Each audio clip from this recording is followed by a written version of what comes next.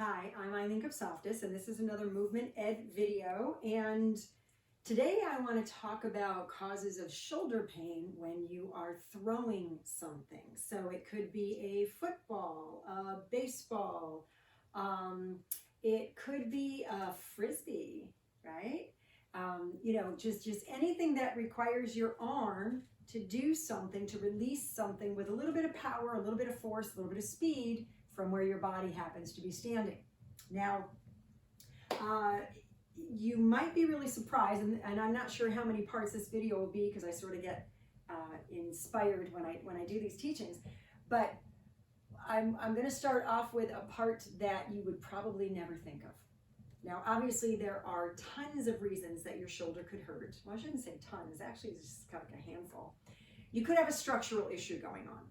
But a lot of the times, and you might be surprised to hear this, structural issues are not necessarily the reason you have the pain. They might show up on imaging, but there's been tons of data that's come out the past several years that shows that symptoms and imaging don't line up. In other words, there was one study that was done. They did MRIs on an entire village, their shoulders, and they found, I think it was 2/3 of the population showed some type of a rotator cuff tear, but they had no symptoms and no pain. So I'm not saying that, if you have a rotator cuff tear, that's not what's causing your problem. What I am saying is it might not be what's causing your problem, and you could have surgery to fix the tear, but you didn't address the original reason that you had shoulder pain, and now you're probably worse off because now you've had surgery. Yeah, the rotator cuff tear is fixed, but there's some reason behind the shoulder pain that was never addressed, and now you're trying to rehab a surgical shoulder, which, shoulder surgery is pretty intensive. Your shoulder is the most mobile joint in your body. You have 18 muscles that directly impact shoulder function, and the entire rest of the body indirectly impacts shoulder function. I'm going to tell you in a moment a body part you would never think impacted shoulder function. And your rotator cuff is only 4 muscles, yet everybody wants to beat up the rotator cuff. Everybody wants to do resistance with a band and lock their elbow in at 90 degrees and repetitively strain and stress the external rotators of the rotator cuff. That's not how your body works. You have never in your life done anything around the house, in the garden, in sports, where you locked your elbow in by your side and you pulled. It's not a functional motion at all. It's not something you would force your body to do. So your rotator cuffs are now pleading you for help, saying, please stop beating me up and let my body function in the way it was designed to function so that I don't get stressed, strained, inflamed, end up with tendonitis, bursitis, all kinds of things, because I'm trying to localize or isolate one particular muscle or one muscle group. So I don't want to get off on a tangent, but I just want to explain a lot of the things that we do to our shoulders to keep them healthy is actually what's causing the problem. Okay? All right. Let me move on before I get going there. So this is the body part you would never, ever, ever think would cause a problem in the shoulder, especially when throwing something. Your ankle. Yes, your ankle. I did say it. Now, before you turn off the video and report me to somebody for being nuts, let me explain. Your ankle is responsible for keeping you stable during movement. Yes, a whole lot of other body parts will as well. However, that ankle is the first strategy for stability. And if it's not functioning properly, anything above will get stressed, strained, and can experience a repetitive stress or injury. Now, I'll give you a little story, because remember, stories more than facts and lists of details and data, right? I had a young football player come into the clinic. He was 22 years old. He was rock solid muscle from head to toe, and not an ounce of fat on this kid. Very, very fit, extremely strong and muscular. He was a football quarterback. Now, he came in with a diagnosis of shoulder and elbow tendonitis. I assess his shoulder, I assess his elbow, and I find nothing wrong with either one of them. So he says to me, I asked him, I said, what's going on? When are you experiencing the pain? And he said when he would do his practice, right, as a quarterback. They practice a lot. He was on a local college team. And he said, when I would do I think it was when he did his 3-man throw practices, which were about 3 hours long, he said he couldn't even finish the practice because his shoulder and his elbow would start bothering him so much he'd have to stop. So I said, show me how you throw a football. So he came out and he threw the football. Now, he's releasing the ball and I'm watching him and I know where to look. And I looked down and I said, how long have your ankles been unstable? Have you ever sprained them? And he said, well, during practice, a lot of the times I kind of roll out on them and I got to walk off the pain. Now, I didn't want to share what I was thinking at the time. Why would his coaches and his trainers and whoever was involved with his team allow this kid to play with such unstable ankles? That's a whole nother topic that I won't get off on. But I told him, I said, there's absolutely nothing wrong with your shoulder or your elbow. It's your ankle. And let me explain. When you go to throw something, right? Typically, if you're right-handed, if you're left-handed, it's going to be this way, okay? When you go to throw, you're going to put that left foot first, okay? If it's your right arm. What if that's not stable? What happens?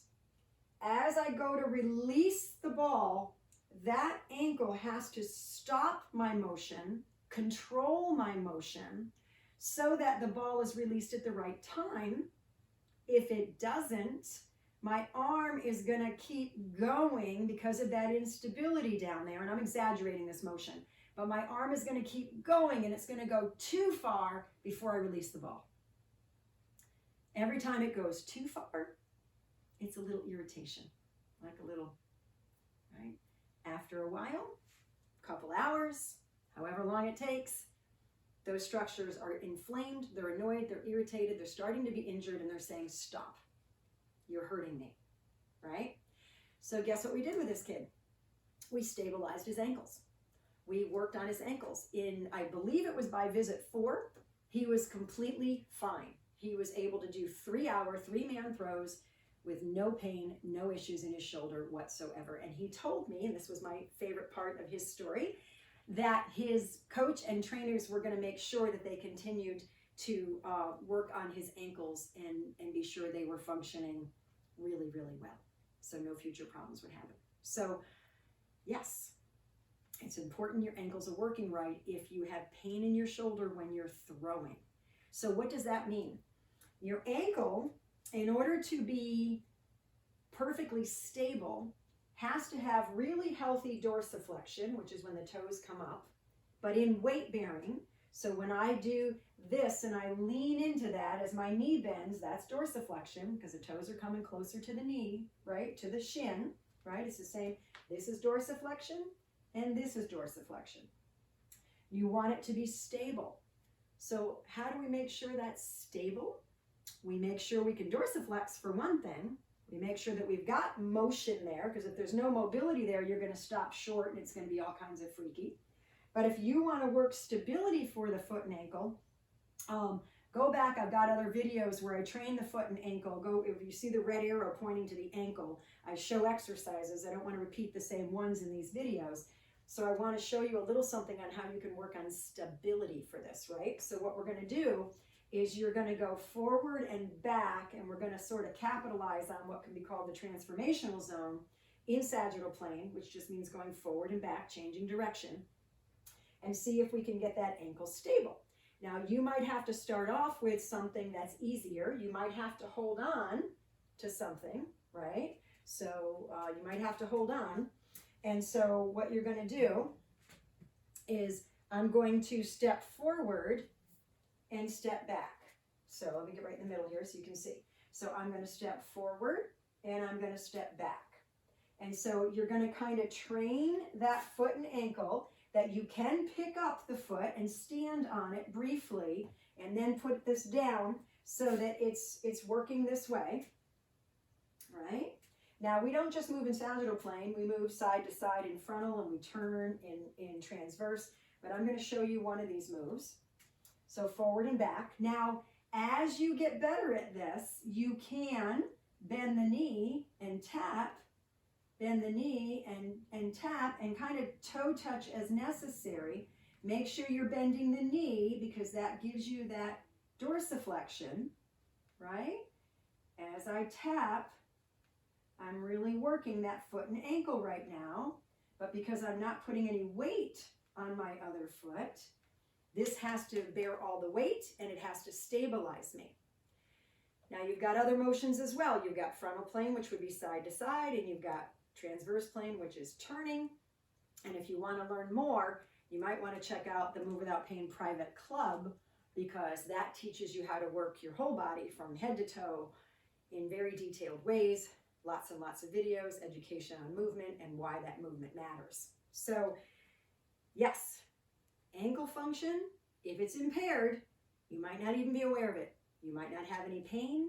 You might have, sprained your ankle 20 years ago and you felt like it fully recovered. But for some reason, you're out there throwing a baseball back and forth, maybe with your kids in the backyard. All right. Maybe you love to play frisbee. I used to play frisbee golf in one of the local parks here. We had 18 holes for frisbee golf. Yes, we did. We had one that was a double dog leg. It was a 4-par. A lot of fun. But you got to really wing that frisbee, right? You got to make sure that shoulder is working right. So don't beat up the shoulder. Don't just do rotator cuff isolation movements, please. Your shoulder is the most mobile joint in the body. The reason it has the rotator cuff muscles is to help it to stabilize in a very shallow cup. The rotator cuff muscles aren't what really provide function in the shoulder. They help to keep it stable. All the other muscles are really what provides the function. You've got so many muscles. You've got 18 muscles, of which only 4 are the rotator cuff. And as you just learned, the whole rest of the body will impact shoulder function indirectly. So you have to know you are a whole person, a whole body that walks through the door. When somebody works with you, don't let them just see a shoulder walk through the door and only focus on your shoulder. Your shoulder is intimately impacted by your low back, by your hips, by your thoracic spine or your trunk. Yes, and by your foot and ankle. All right? All right. Please go check out the private club. If you want to learn more, you can learn how to assess your whole 3-plane function, and that's free. And let me know how you make out. Leave some comments. Tell me if this is helpful to you, and I'll be back with more causes of shoulder pain when throwing. There are a couple of other issues that can go on that are more movement oriented, and hopefully it'll really help you in your life. I really want you to know how to move without pain so you can have lifelong well-being and age without decline. All right, I'll see you next time.